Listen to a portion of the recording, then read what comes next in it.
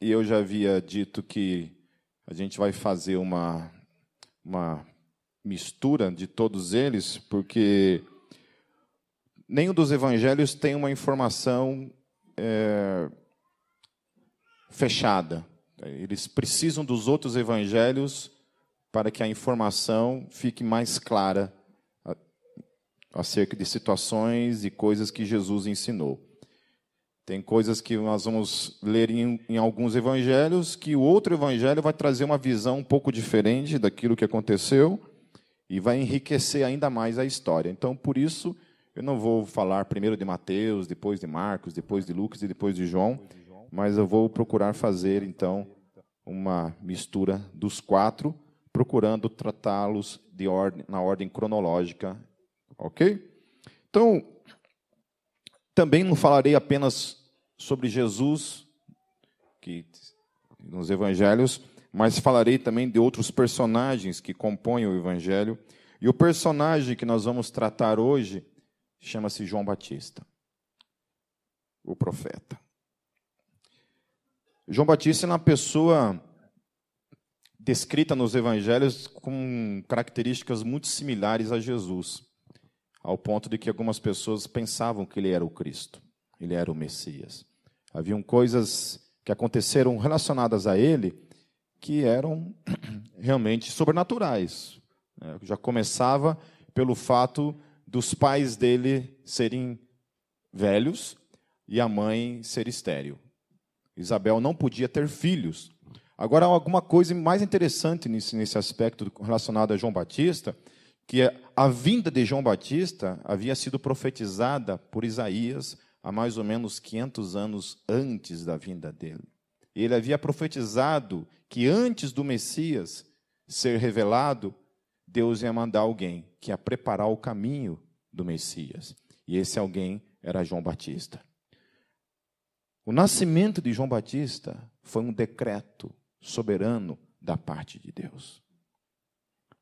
Deus determinou quando ele nasceria, Deus determinou qual o nome dele. O anjo aparece para Zacarias lá no templo e diz para Zacarias: olha, sua esposa, você vai conceber uma criança e você vai colocar o nome dela de João. Eu espero que não tenha sido Deus que tenha escolhido o meu nome, porque senão o processo de apostasia pode começar hoje. Mas no caso de João, Deus escolheu o nome dele. Ele falou assim: o nome desse cara tem que ser João. Porque como o nome do pai era Zacarias, as pessoas queriam colocar o nome dele de Zacarias por causa do pai. O pai já era velho, avançado de idade, queriam colocar o nome dele de Zacarias. Mas Isabel disse: não, o nome dele será João. Deixa eu ler o texto, gente. Vamos lá. Versículos 8 a 17. Certa vez, estando de serviço o seu grupo, Zacarias estava servindo como sacerdote diante de Deus. Ele foi escolhido por sorteio, de acordo com o costume do sacerdócio, para entrar no santuário do Senhor e oferecer incenso. Chegando a hora de oferecer incenso, o povo todo estava orando do lado de fora. Então um anjo do Senhor apareceu a Zacarias, à direita do altar do incenso. Quando Zacarias o viu, perturbou-se e foi dominado pelo medo. Mas o anjo lhe disse: não tenha medo, Zacarias, sua oração foi ouvida. Isabel, sua mulher, lhe dará um filho, e você lhe dará o nome de João. Ele será motivo de prazer e de alegria para você, e muitos se alegrarão por causa do nascimento dele, pois será grande aos olhos do Senhor. Ele nunca tomará vinho nem bebida fermentada, e será cheia do Espírito Santo, desde antes do seu nascimento. Fará retornar muitos dentre o povo de Israel ao Senhor, o seu Deus, e irá adiante do Senhor no espírito e no poder de Elias, para fazer voltar o coração dos pais a seus filhos, e os desobedientes à sabedoria dos justos, para deixar um povo preparado para o Senhor. Então, o que é interessante aqui, que o anjo fala para ele que João é uma resposta de oração deles. Eles não tinham filhos, já eram velhos, E não ter filhos em Israel era um motivo de vergonha, de humilhação. Algumas vezes era encarado como uma forma de maldição, porque os filhos eram um sinal de bênção, eram um sinal de prosperidade, por isso que tinham-se muitos filhos, porque quanto mais filhos você tinha, mais próspero você era. Agora, não é interessante que João é uma resposta da oração dos pais, mas João havia sido profetizado que viria. Das duas umas, ou Deus está respondendo uma oração que ele já sabia lá há 500 anos atrás e profetizava, ou Deus foi o agente que levou aqueles pais a orarem pedindo um filho, e Deus responde à oração que ele levou aqueles dois a orarem. O que a Bíblia está ensinando para mim e para você é que Deus só responde oração segundo a vontade dele. Nenhuma oração que Deus responde, minha e tua, foge da soberania dele. Ele predeterminou a oração dos pais. Se vocês vão orar, e ele coloca o desejo naqueles pais de orarem por um filho, e Deus então responde à oração que ele tinha colocado no coração daqueles pais. É um paradoxo isso, né? Loucura isso. Eu, conversando com a Kátia hoje em casa, nós estávamos falando sobre paradoxos. Lá na minha casa tem uns papos meio estranhos de vez em quando, mas tudo bem. Se é papo de casal ter, nós estávamos tendo esse papo de paradoxo. Falando sobre isso, como é que as coisas funcionam. E nós estávamos falando sobre João Batista. João Batista foi esse agente que Deus profetiza, por meio de Isaías, a vinda dele. Deus leva os pais a orarem, e Deus responde uma oração, e Deus concede a eles um filho que ele havia profetizado que viria. Aleluia. Isso me diz algumas coisas para mim e para você. E nas minhas conversas com a Kátia hoje, falando a respeito de João Batista, nas nossas orações, que a gente teve um tempo de oração depois, o que a gente estava reafirmando para mim e para ela, como casal, é que nós temos um Deus que cuida de nós, que nos guarda, guarda nossos passos, guarda nosso caminho, guarda o nosso coração, Ele guarda o tempo todo. Se Ele é aquele que cuida de nós o tempo todo, esse Deus que nós estamos sendo cuidados, nós estamos então em boas mãos. E as orações que eu faço todos os dias, eu não preciso temer, elas não precisam ser causas de crise para a minha vida, porque Deus está respondendo exatamente todas as orações da vontade dEle para a minha vida. E aquelas que não são a vontade dEle para a minha vida, nunca serão respondidas da maneira como eu espero. Amém? Deus responde uma oração daqueles pais, porque era da vontade dEle que aquela criança viesse. Se Deus não quisesse que João viesse a esse mundo, ele não teria respondido aquela oração. Mas João já havia sido profetizado. O Deus soberano está ali agindo o tempo todo. Predetermina o nascimento daquela criança, segundo a sua vontade. Nada no universo podia frustrar esse plano de Deus. Ninguém podia tocar naquela criança. Aquela criança nasceria, não poderia ser abortada, nenhum acidente poderia acontecer, e Deus predeterminou isso e cuidou de cada detalhe da vida de João Batista. E a história diz então que João Batista cresceu e se tornou esse profeta. Agora, outras coisas interessantes também ligadas a João Batista, é que João Batista era filho de sacerdote, né? Zacarias era um sacerdote, mas a mãe dele também era da tribo de Levi. Também era sacerdotisa, era filha de sacerdotes. Então, João ele nasce sobre essa responsabilidade sacerdotal, porque sacerdócio em Israel era obrigação, não era uma opção. Se você nascesse da tribo de Levi, da tribo dos levitas, você era um sacerdote, querendo ou não querendo. Você estava designado a ser um sacerdote, porque a tribo de Levi toda era designada para isso. Não é interessante isso? Que Deus não pergunta para eles se eles querem ser sacerdotes. Deus não chega para os levitas e fala, vocês estão afim? Então, dom e talento não é uma questão de querer que eu e você temos na nossa vida. Dom e talento é algo que Deus dá na tua mão e fala, te vira. eu quero que você vai prestar contas disso um dia para mim, e eu quero que você coloque isso em movimentação. Ah, eu não quero. Eu não perguntei se você quer. Deus nunca perguntou para mim, você quer ser pastor? Se ele me perguntasse hoje, eu diria não.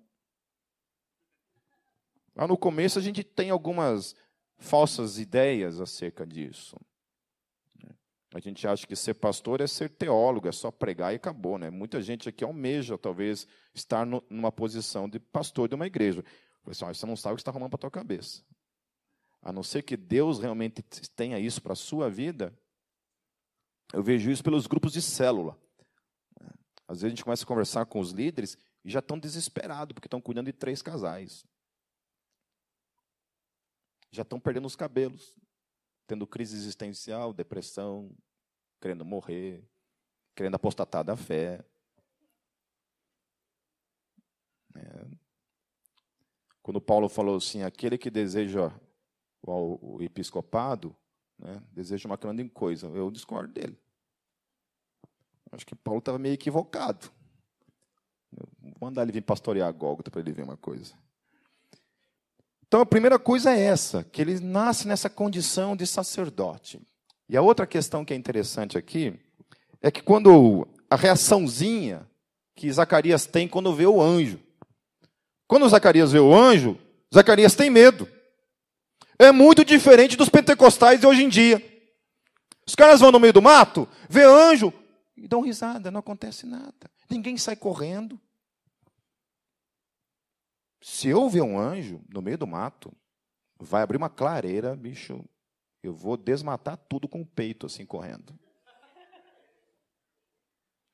Tinha uma menina que era aqui da Gólgota, tudo que é show, ela falava, vocês estavam tocando, eu vi um anjo do lado esquerdo e um anjo do lado direito. Outro show, vocês estavam tocando, eu vi um anjo do lado esquerdo, um anjo do lado direito. Eu achava aquilo tão idiota.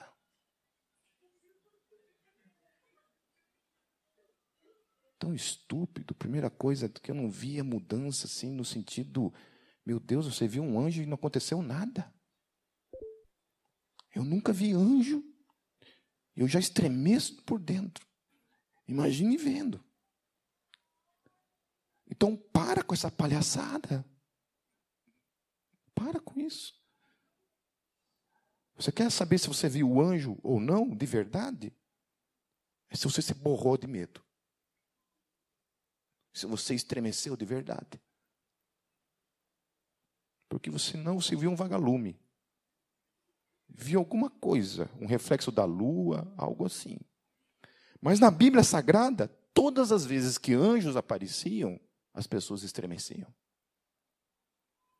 Esses anjos de hoje, assim, ou eles são muito fraquinhos, de glória, meio desbotados esses caras, porque esses caras não põem mais medo em ninguém.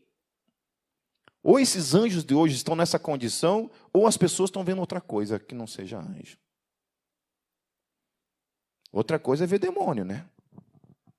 Gente que vê demônio e não sente tremor nenhum, né? Eu tenho discernimento de espírito, estou vendo uns 10 ali, mas está tudo de boa. Não acontece nada, é tudo assim. Eu conheço uma menina que viu, era black metal, satanística, cheio do Satanás para tudo que é lado, até o dia que o dito apareceu. Aí, meu querido, é membro da PIB faz 20 anos. Satanás evangeliza também, gente. Seria um favor para nós se ele aparecesse para a gente de verdade. Eu duvido que a vida de oração, de santificação de cada um de nós não mudaria. Que no fundo a gente acha que não existe. Daí quando acontece coisas sobrenaturais, a gente, meu Deus, o mundo sobrenatural de verdade existe. Acontece de verdade. Essa aí foi o primeiro fruto do ministério de Satanás evangelizando, que eu sei. E às vezes acontece isso mesmo. Então, a primeira coisa que acontece ali é que ele realmente fica estremecido diante do que acontece ali. Realmente sente medo. A outra coisa que o texto fala é que João, ele traria alegria para os seus pais, porque já estavam velhos, nunca tinham tido filhos, E agora Deus estava presenteando eles com um milagre. Então, o milagre, às vezes a gente precisa esperar a vida inteira para ter. Quando tem. Às vezes você vai precisar orar a vida inteira pelo teu filho, para que então, no final, você possa vê-lo vindo para Cristo. Às vezes você vai ter que orar a vida inteira pelos seus pais, para que talvez um dia um milagre aconteça. Mas agora eu fico esperando, fico pensando nessas duas pessoas já velhas e recebendo um milagre no fim dos seus dias. Isso nos demonstra que as gerações antigas sabiam o que era fé. E uma fé que durava. Era uma fé que percorria gerações. Hoje o que eu mais encontro em igreja é um tipo de fé que não suporta o tempo. Eu estava conversando na minha célula na terça-feira para eles e falando isso para eles. Que hoje, a geração de hoje não suporta o tempo. Por quê? Porque nós somos imediatistas. A gente está condicionado a uma situação de imediatismo e nós queremos ver coisas rápidas acontecendo. Mas a fé não é assim.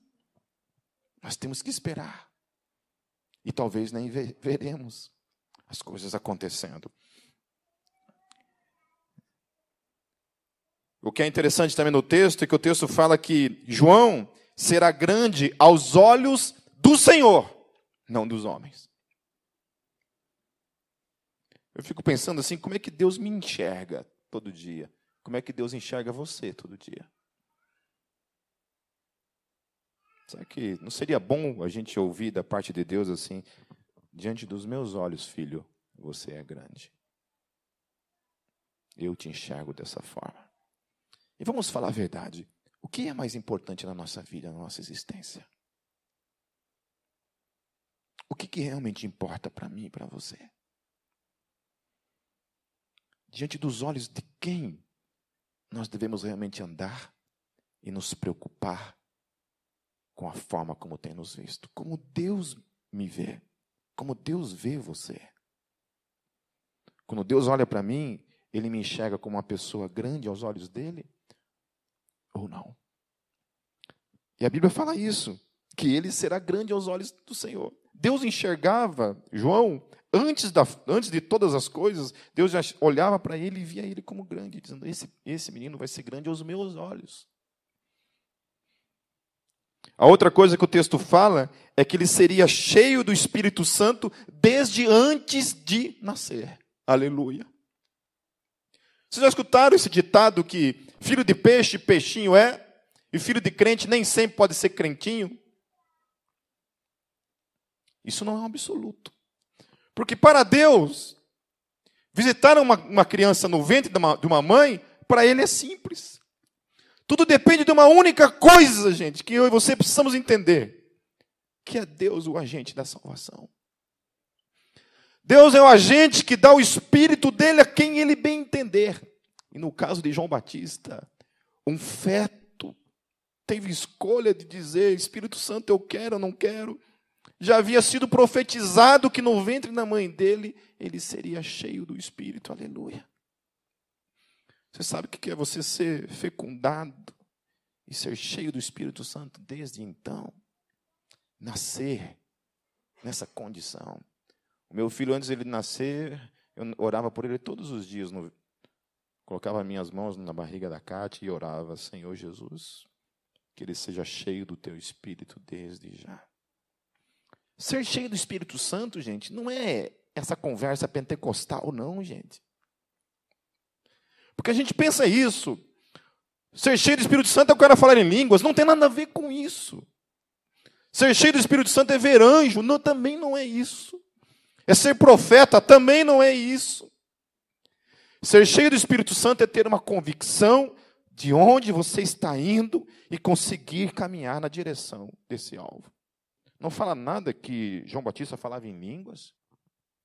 Você não vê João Batista operando nenhum milagre. Vocês já ouviram falar de João Batista orar por alguém e operar um milagre? Alguém ser curado? Você não ouve falar isso no ministério de João Batista. João Batista era cheio do Espírito Santo e a única coisa que ele fazia era pregar o Evangelho. Não tinha nenhuma manifestação sobrenatural dessas que a gente espera. Uma das coisas que eu tenho chegado à convicção, e eu tenho realmente me preocupado com isso, é que existe um movimento de espiritualidade dentro da igreja que é inimiga da igreja. E que não tem nada a ver com o evangelho. Essa sobreposição espiritual que tem que ser colocado sobre a igreja, que o pentecostalismo trouxe, que você só é espiritual se você tem determinadas manifestações sobrenaturais, isso não é verdade. É por isso que a gente vive decepcionado com as coisas, porque a gente vê gente que supostamente fala em línguas e tem um caráter destruído, um caráter podre. Tem gente que vê anjo e é mentiroso. Tem gente que supostamente é profeta e a vida do cara é contraditória. Então, ser cheio do Espírito Santo não é determinado por manifestações sobrenaturais. Ser cheio do Espírito Santo está muito mais ligado a viver uma vida de obediência do que qualquer outra coisa. E João Batista era esse cara. Desde o ventre da mãe, ele é cheio do Espírito Santo. A outra coisa que fala é que ele viria no espírito e no poder de Elias. Eu acho interessante isso, no espírito e no poder de Elias. Mas você lê a história de Elias, leia a história de Elias para você ver o que acontece. Elias era um profeta que operou dezenas de milagres poderosos. Ele termina a jornada dele nesse mundo por meio de um milagre invejável. O cara não somente foi arrebatado, mas ele foi arrebatado por meio de uma carruagem de fogo. Eliseu presenciou ele subindo. Agora, a gente não vê essa manifestação na vida de João Batista. Ele vem com esse poder de Elias, com esse espírito de Elias sobre ele, mas alguma coisa a mais está dizendo aí.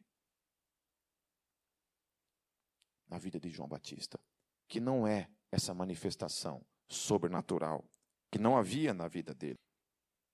A outra coisa que fala é que ele viria nessa preparação de converter o coração dos pais aos filhos. Converter o coração dos pais aos filhos, Lucas fala. Em algumas outras versões fala converter o coração dos pais aos filhos e o coração dos filhos aos pais. Mais do que nunca, hoje precisa haver uma conversão. Principalmente que aqui a maioria é filhos, né? Os pais aqui ainda estão com os filhos muito pequenos, então não estão vivenciando necessariamente esse processo. Mas eu faço parte de uma geração de filhos que foram criados no Evangelho e odiavam os pais.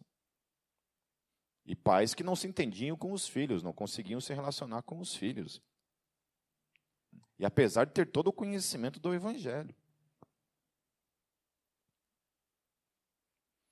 Quando o processo de conversão começou a acontecer na minha vida, a primeira coisa que eu precisei entender na minha vida é que eu precisava consertar algumas coisas com meus pais. E que a vida que eu estava vivendo não estava honrando a vida dos meus pais. Precisavam haver uma conversão da minha parte para com eles e uma conversão da parte deles para comigo.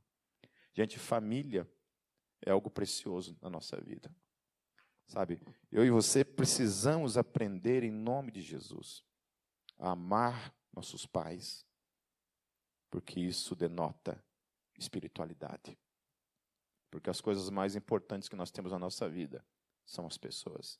E é um desafio, nunca foi fácil. Não é fácil você perdoar a ausência, não é fácil você perdoar a falta de palavras, a falta de abraço, a falta de amor. Não é fácil perdoar outras coisas que a gente fica sabendo aqui dentro, né, de cada coisa que vocês passam como filhos. Não é fácil. Aí chega o Evangelho e fala, reconcilie-se, se converta aos seus pais. Perdoe e vá em frente. Ele viria para preparar o terreno do Messias. Agora, lá no versículo 18, fala uma coisa que para mim assim me deixa estagnado e é mais uma convicção para a minha vida. Zacarias perguntou ao anjo: como posso ter certeza disso? Sou velho e minha mulher é de idade avançada. Gente, que pergunta é essa? O cara não tinha visto o anjo? O anjo não tinha aparecido para ele? Que pergunta estúpida é essa que Zacarias faz? Se um anjo aparece para você, te faz uma promessa dessa, para mim denota uma coisa quando isso continua gerando incredulidade. Que coisas sobrenaturais não geram fé?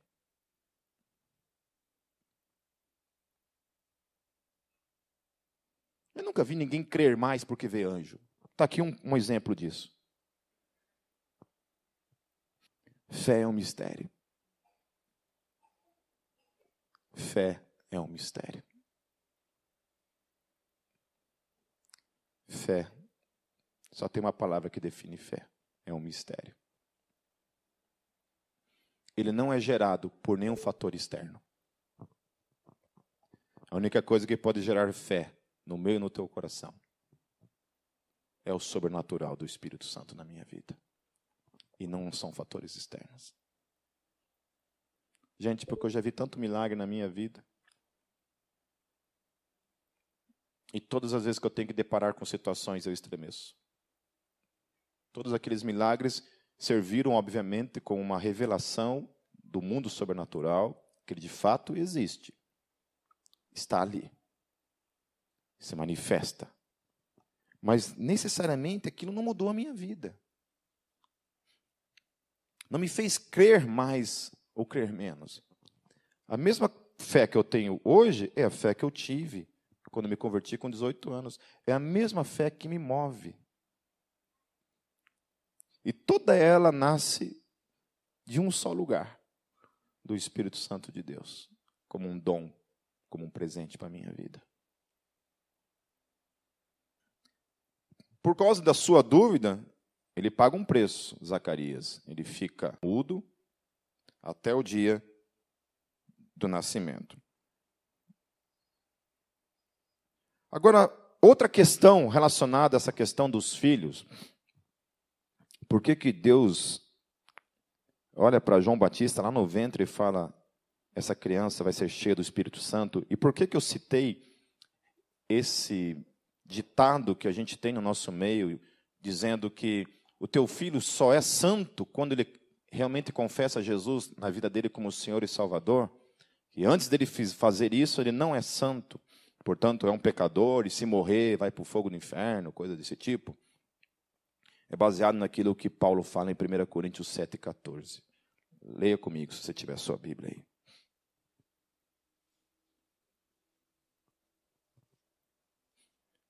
Paulo era um cara que gostava de trazer confusão teológica para a nossa cabeça. E esse versículo, para mim, é um versículo muito difícil de você ter alguma coisa para falar dele que não seja exatamente aquilo que ele está falando. Então, assim, eu vejo gente fazendo malabarismos para tentar fazer ele dizer outra coisa que não seja aquilo que ele está dizendo. Mas olha só o que Paulo está dizendo.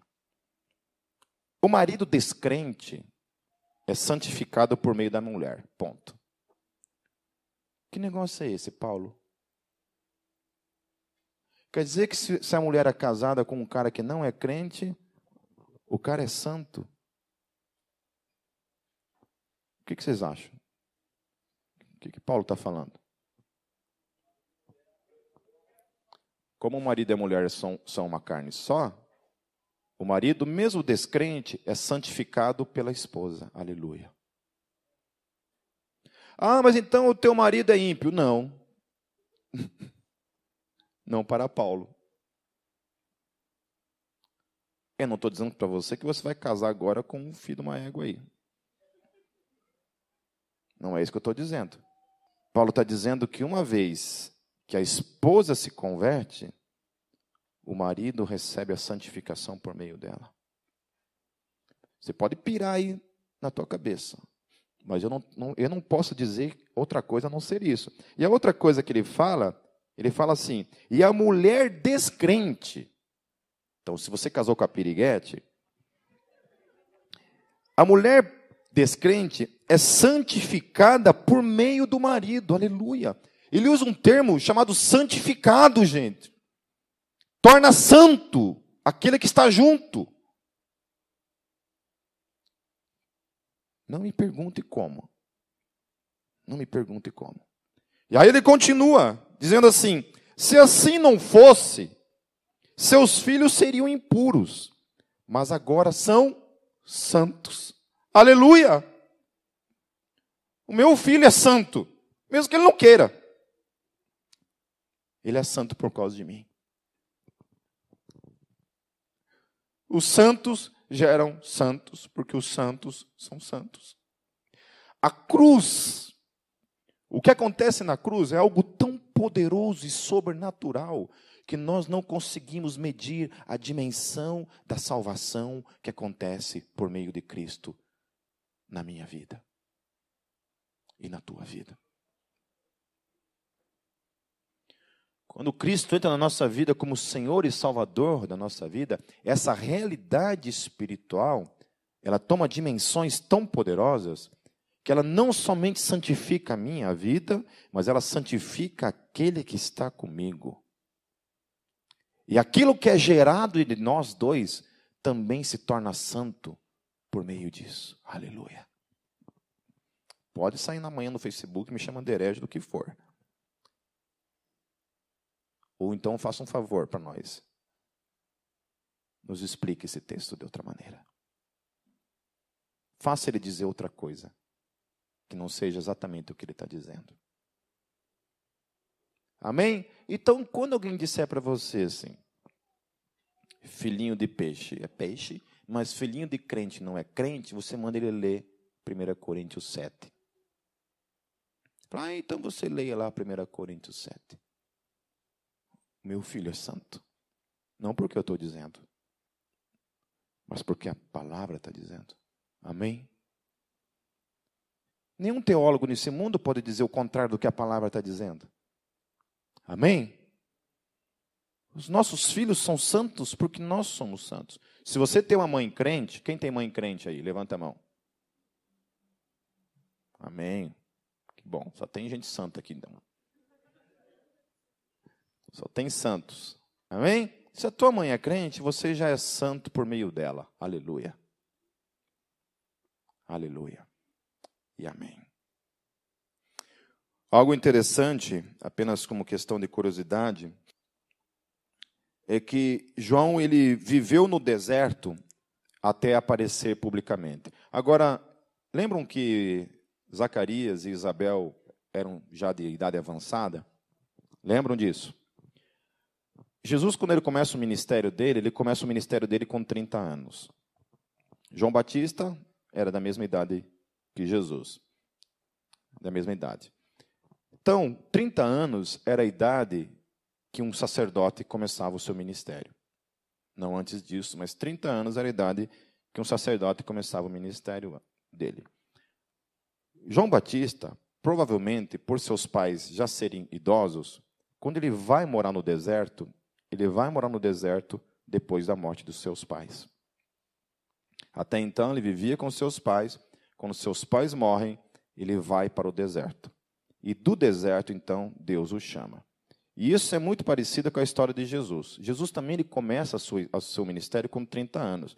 E tudo indica que José já não estava mais vivo quando Jesus começa o seu ministério. Porque, segundo alguns textos, não bíblicos, mas extra-bíblicos que aparecem, José, quando casa com Maria, ele já era velho. Papa anjo mesmo, né? José já tinha 5 filhos do primeiro casamento. José era viúvo quando ele casa com Maria. Maria tinha 14 anos de idade quando ela é prometida em casamento a José. 14 anos de idade Maria tinha. Por isso que quando Jesus começa o ministério dele, tudo indica que José também já havia falecido. Agora, não é interessante a gente pensar que quando João Batista é chamado do deserto, ele só começa o ministério dele de verdade por um chamado de Deus? João ele vai para o deserto, ele começa a viver a vida dele no deserto. O texto diz que ele comia gafanhotos e mel silvestre. Não sei como é que isso acontece, mas era isso. Ele se vestia com pelo de camelo, vivia num deserto, procurando a face de Deus. Lá no deserto, a palavra do Senhor vem para ele, e ele então vem para Jerusalém, e então ele começa o ministério dele. Jesus, quando chega nos 30 anos, ele é batizado por João, e então ele vai para o deserto também, permanece lá 40 dias. Por que deserto? Deserto diz algumas coisas para nós. Nós precisamos ter o nosso deserto na nossa vida. E quando eu falo deserto, não estou falando daquelas questões ligadas ao êxodo, por exemplo. Né? Aquele povo indo pelo deserto, passando fome, passando sede, sofrendo. Não é isso. Mas deserto é um tempo da minha e da tua vida em que nós precisamos nos aquietar. Nós precisamos ir para esse deserto de quietude, ouvir a voz de Deus, procurar direção da parte de Deus. Não é interessante que esses dois homens começam o seu ministério no deserto? Antes de qualquer coisa, antes de qualquer manifestação de ministério, eles precisam de uma coisa: ser cheios de Deus. Conhecer Deus face a face. Ver Deus. Quando eu falo ver Deus, não estou falando ver Deus assim, um carão gigante. Não é isso que eu estou falando. É experimentar Deus no deserto. Precisa haver convicções. E uma das preocupações minha hoje com relação à igreja é que eu não vejo isso acontecendo mais na nossa vida. A gente assim, a gente faz as coisas, e não é que isso não tenha a sua importância, mas o principal de tudo isso é deixado de lado, que é a nossa vida de busca, nossa vida de oração. Se eu não me engano, foi Lloyd Jones. Ele tirou música da sua igreja durante 2 anos. Durante 2 anos ele pegou e ele falou assim: olha, não vai mais ter música. Somente oração e a leitura da palavra. Diz que a igreja dele nunca cresceu tanto que nem naquele tempo. Eu fico pensando o que substitui na nossa vida, assim, porque é uma situação assim muito cômoda para mim e para você quando a gente está servindo o reino. Porque a gente está fazendo. Mesmo que isso implique numa vida sem oração, de busca, de leitura, de jejum, o que importa é que eu estou fazendo. E volto a dizer, não desmereço isso. Agora, deserto para Jesus e para João Batista tinha implicações. Era onde eles iriam realmente ouvir o que Deus tinha para a vida deles. Queria direcioná-los, e aí não se errava mais o alvo. Aí quando ele sai de lá, ele sai como um leão, tendo convicção do seu chamado, do que Deus tem para a sua vida, e ele vai em busca disso, e os dois vão em direção à morte, por causa do seu ministério. Os dois não estão nem aí. Jesus já sabia do que viria, e ainda assim ele continua em frente, enfrentando todos os obstáculos que ele tinha, até chegar à cruz. E João Batista, então, começa o seu ministério, e ele começa a falar: convém que eu diminua, e que ele cresça. Ele vai, ele é morto por causa de uma estupidez. Ele denuncia o pecado de Herodes. E a afilhada de Herodes pede a cabeça dele. E ele é decapitado por causa do luxo de uma garotinha. Um grande profeta morre por causa de uma estupidez. Às vezes na vida é assim.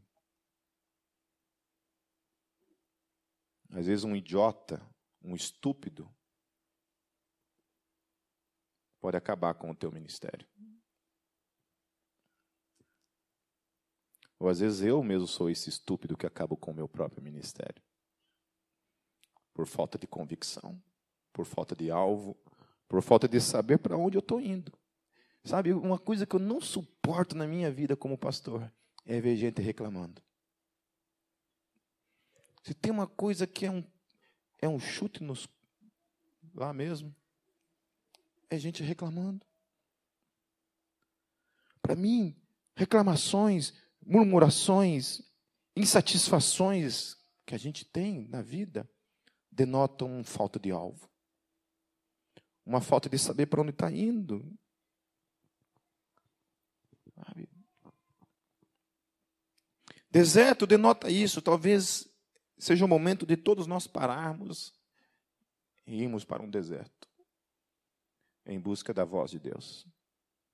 Deus, o que Deus seu quer na minha vida? Eu estava falando para eles isso na terça-feira, dizendo, passa 5 anos, passa 1 ano, você está lá pentecostal, né? Aquela coisa assim. 5 anos, você já está virando presbiteriano. Eu falo para os presbiterianos porque eu sou presbiteriano, então não...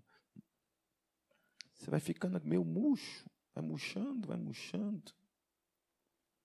De repente você está tão desacreditado em ministério, não acredita mais em ministério, não acredita... Sabe, gente, essas cadeiras vazias para mim denotam coisas. Não vir no culto para mim denotam coisas. Esses são sinais para mim. Para a minha vida e para a tua vida. Realmente, vir no culto, estar em comunhão, é um desafio. E não estar é mais fácil. Não estar é mais fácil. Eu venho aqui todos os domingos porque eu tenho uma convicção do que Deus me chamou. Eu tive uma briga com a Kátia feia essa semana. E uma coisa que eu falei para ela assim, falei assim, sabe, apesar de todas as nossas diferenças, nossos arranca-rabo de vez em quando, eu tenho uma convicção na minha vida que Deus escolheu você para mim. E minha querida, só tem um jeito de separar eu e você.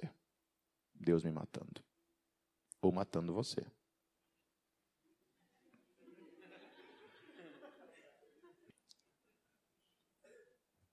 Não vou falar nada. Vocês estão pensando que eu vou falar alguma coisa a mais, né? Vocês estavam esperando, né?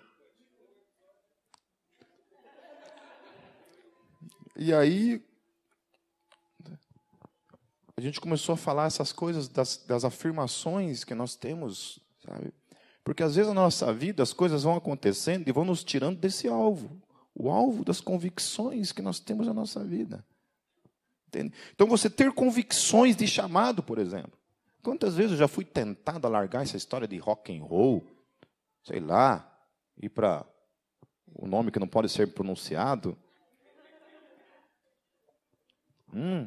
Ir para uma igreja já estabilizada, com dinheiro, com estrutura,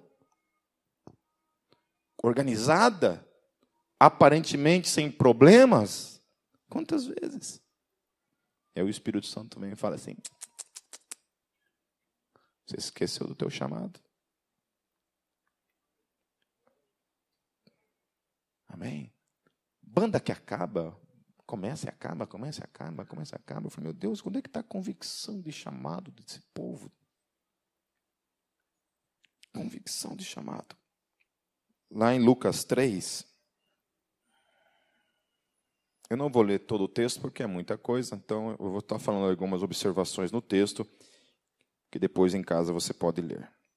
Basicamente, a mensagem de João era que arrependimento era uma necessidade para que houvesse perdão de pecados. Para João não tinha essa, vim para Jesus como você está. Como a irmã Gretchen uma vez falou. Para João Batista não tinha isso. Para João Batista, o arrependimento, você se arrepender dos seus pecados, era um requisito para que você recebesse o perdão dos pecados. A primeira questão era essa. E isso está muito ligado lá em Hebreus 12, 14. Há 3 textos que eu quero ler com vocês que reforçam essa teologia de João Batista. Lá em Hebreus 12, 14, diz assim: esforcem-se para viver em paz com todos e para serem santos. Sem santidade, ninguém verá o Senhor. Então, para ser santo, você precisa receber perdão de pecados. Amém? Há outro texto lá em Lucas 24, 46 a 47. Está escrito que o Cristo haveria de sofrer e ressuscitar dos mortos no 3º dia, e que em seu nome seria pregado o arrependimento para perdão de pecados a todas as nações, começando por Jerusalém. Já viu gente pregando isso hoje em dia? Se você não se arrepender dos seus pecados, você não será perdoado e será condenado ao fogo do inferno. Hoje não. O evangelho tem que ser legal. Ele não pode ofender as pessoas. Ele não pode ser apelativo. O evangelho não pode ser agressivo. Ele não pode tocar nas pessoas. Ele não pode ser afirmado como verdade. Ele tem que ser afirmado como mais um.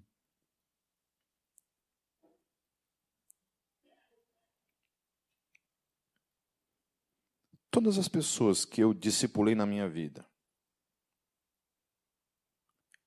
que eu apresentei um evangelho legal,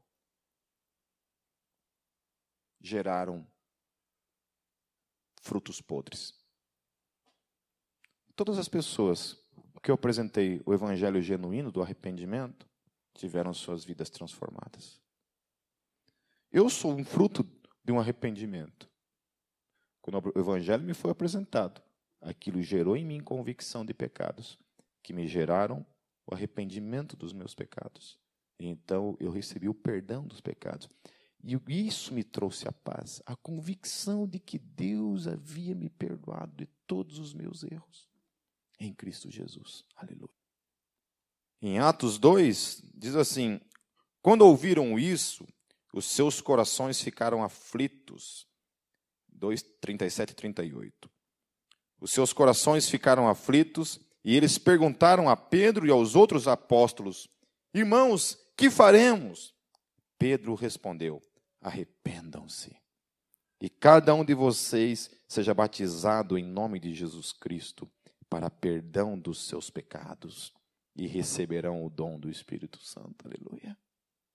O Espírito Santo só habita, meus queridos, coração de pessoas que foram realmente transformadas por meio de uma convicção plena de sua condição como pecadores e que são desesperados pela graça.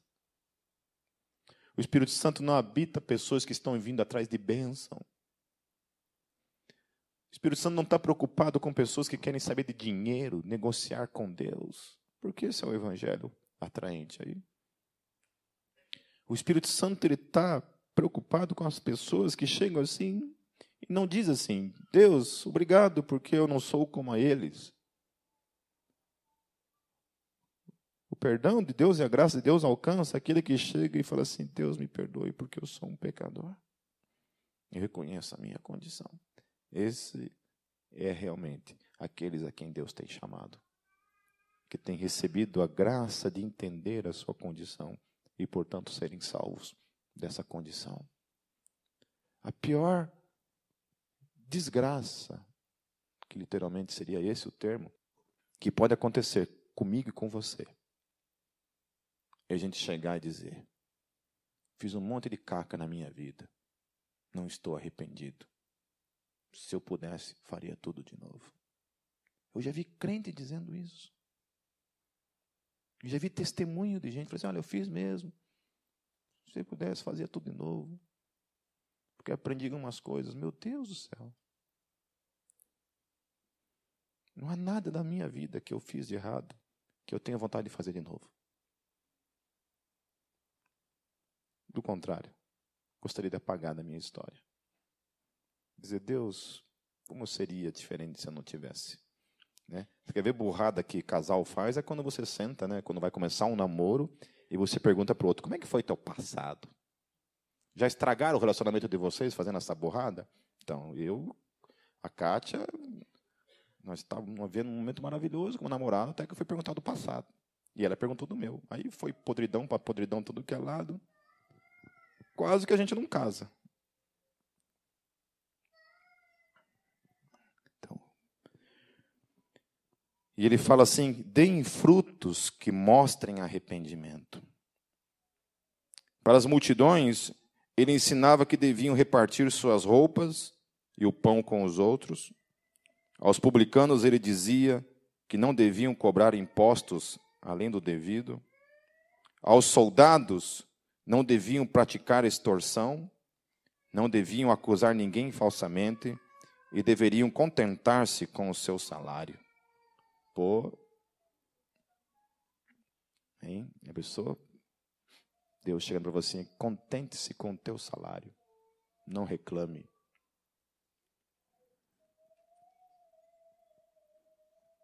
Para encerrar, João batizava com água para o arrependimento. Aqueles que desciam as águas, desciam em demonstração de que estavam se arrependendo de seus pecados. Mas aí ele diz assim, mas aquele que vem depois de mim, foi João Batista quem disse isso, aquele que vem depois de mim, vos batizará com o Espírito Santo e com fogo. Essa parte com fogo, deixa um pouquinho de lado, vamos voltar no Espírito Santo. Ele vos batizará com o Espírito Santo. Até então, João, o máximo que ele podia fazer é isso. João não podia salvar as pessoas. João não podia dar às pessoas ao Espírito Santo. Mas, finalmente, a era do Espírito Santo estava vindo por meio do Messias. As pessoas no Antigo Testamento, quando você estuda a teologia, elas não tinham o Espírito Santo. Elas tinham porções do Espírito Santo que se manifestavam. Mas não tinham o Espírito Santo como hoje eu e você temos na nossa vida. Aleluia por isso. Glórias a Deus por isso. Então Jesus ele vem trazendo o Espírito Santo. E agora tem uma outra coisa que ele fala aqui. Que Jesus traria também um batismo com fogo. E aí os pentecostais fazem a festa. Achando que fogo aqui está falando de falar em línguas. Sapatinho de fogo, como alguns falam, né? A irmã lá é sapatinho de fogo. Mas não é isso que o texto está dizendo. Leiam comigo lá. João respondeu a todos. Isso vai estar lá em Lucas 3, tá, gente? O versículo vocês vão ter que achar aí, porque o meu aqui está o texto inteiro, não está dividido por versículo. 16? Versículo 16, então em diante. João respondeu a todos: eu os batizo com água, mas virá alguém mais poderoso do que eu, tanto que não sou digno nem de curvar-me e desamarrar as correias das suas sandálias. Ele os batizará com o Espírito Santo e com o fogo. Ele continua. Ele traz a pá em sua mão, a fim de limpar sua eira e juntar o trigo em seu celeiro, mas queimará a palha com fogo que nunca se apaga. O batismo de fogo que Jesus trará chama-se juízo. E não tem nada a ver com falar em línguas aqui. O batismo que Jesus trará, João está dizendo, olha, alguns vão receber o Espírito Santo, mas o Cordeiro será o juiz, que trará o fogo. Para o trigo, o Espírito Santo. E para a palha, o fogo. É isso que o texto está dizendo. Feche seus olhos. Senhor, se há algo poderoso que a história de João Batista nos ensina, Senhor, é acerca da tua soberania.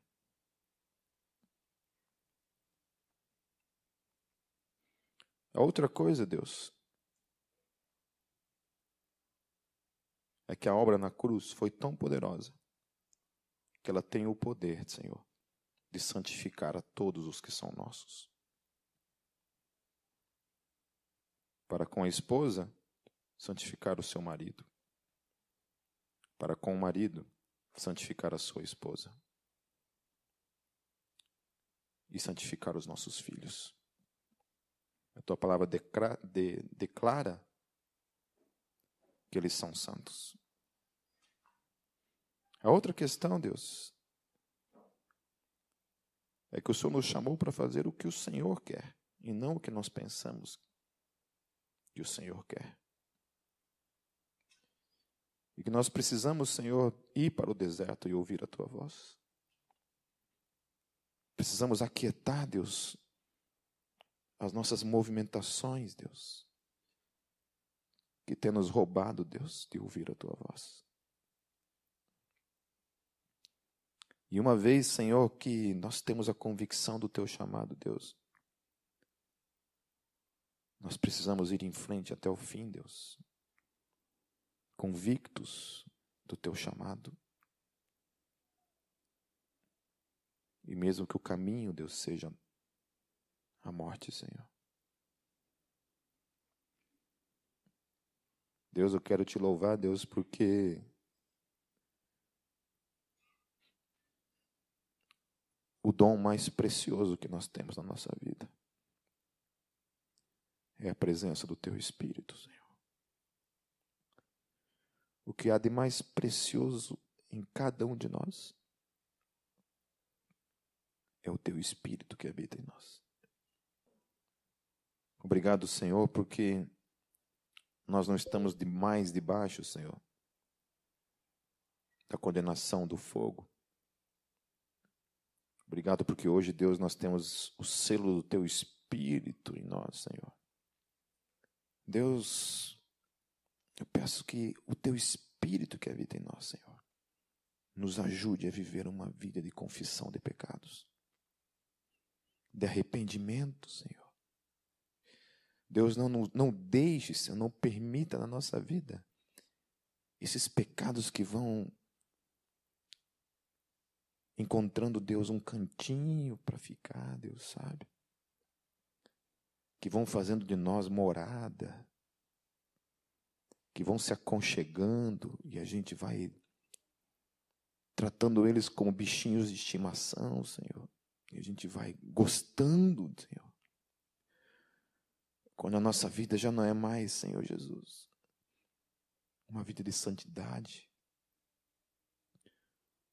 quando a forma como nós conduzimos a nossa vida já não é mais movida como a forma como o Senhor nos olha, mas a forma como o mundo nos olha.